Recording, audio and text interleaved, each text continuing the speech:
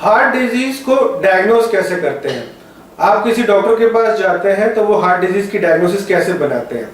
सबसे पहले वो आपका एक ईसीजी लेते हैं, ईसीजी यानी कार्डियोग्राम। मगर ईसीजी के साथ एक प्रॉब्लम है कि हार्ट डिजीज जब पूरी तरह डेवलप हो जाता है, किसी को हार्ट अटैक आ जाता है या हार्ट अटैक आके चला जाता है, तो ही ईसीजी में चेंजेस दिखाई देती है। एक टेस्ट होता है टीएमटी यानी स्ट्रेस टेस्ट।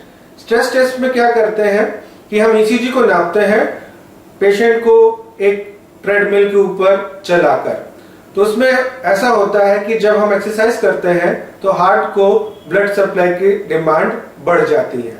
जब हार्ट को ब्लड सप्लाई की डिमांड यदि बढ़ जाए और उस दौरान अगर हार्ट में कोई ब्लॉकेज हो तो फिर हार्ट को ठीक से ब्लड सप्लाई नहीं मिलता है और वो ईसीजी में पकड़ में तब आ जाता है ड्यूरिंग एक्सरसाइज।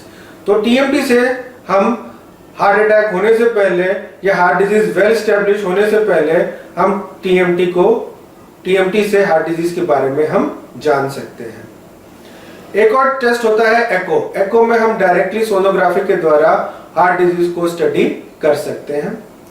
कुछ और टेस्ट होते हैं स्ट्रेस थैलियम, मगर जो गोल्ड स्टैंडर्ड टेस्ट है उसको कहते हैं एंजियोग्राफी। एंजियोग्राफी में हम डायरेक्टली हार्ट की नसों में डाई डालकर डायरेक्टली विजुअलाइज कर लेते हैं कहां पर कितना ब्लॉकेज होता है।